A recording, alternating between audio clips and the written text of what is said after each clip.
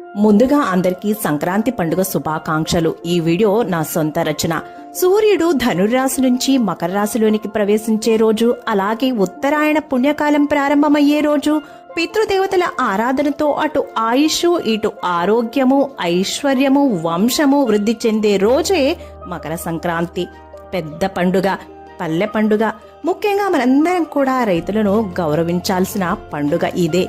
ఈ రోజు యాచకులు ఎవరైనా సరే మన ఇంటి ముందు నిలబడి ఏదైనా అడిగితే లేదు అనకుండా ఏదో ఒకటి తప్పకుండా ఇచ్చి తీరాల్సిన పండుగ. అలాంటి సంక్రాంతి పండుగ రోజు పెరుగును దానం చేస్తే ఆరోగ్యము ఆయుష్ ఐశ్వర్యము వృద్ధి చెంది సిరి సంపదలతో తొలతూగుతారు అనేది పురాణ వాక్కు. పెరుగుని దానంగా ఎవ్వరిచ్చినా సరే సంతోషంగా తీసుకోవచ్చు. తప్పు లేదు, దోషం రాదు. Thank you for watching. Please subscribe, please like, share, comment.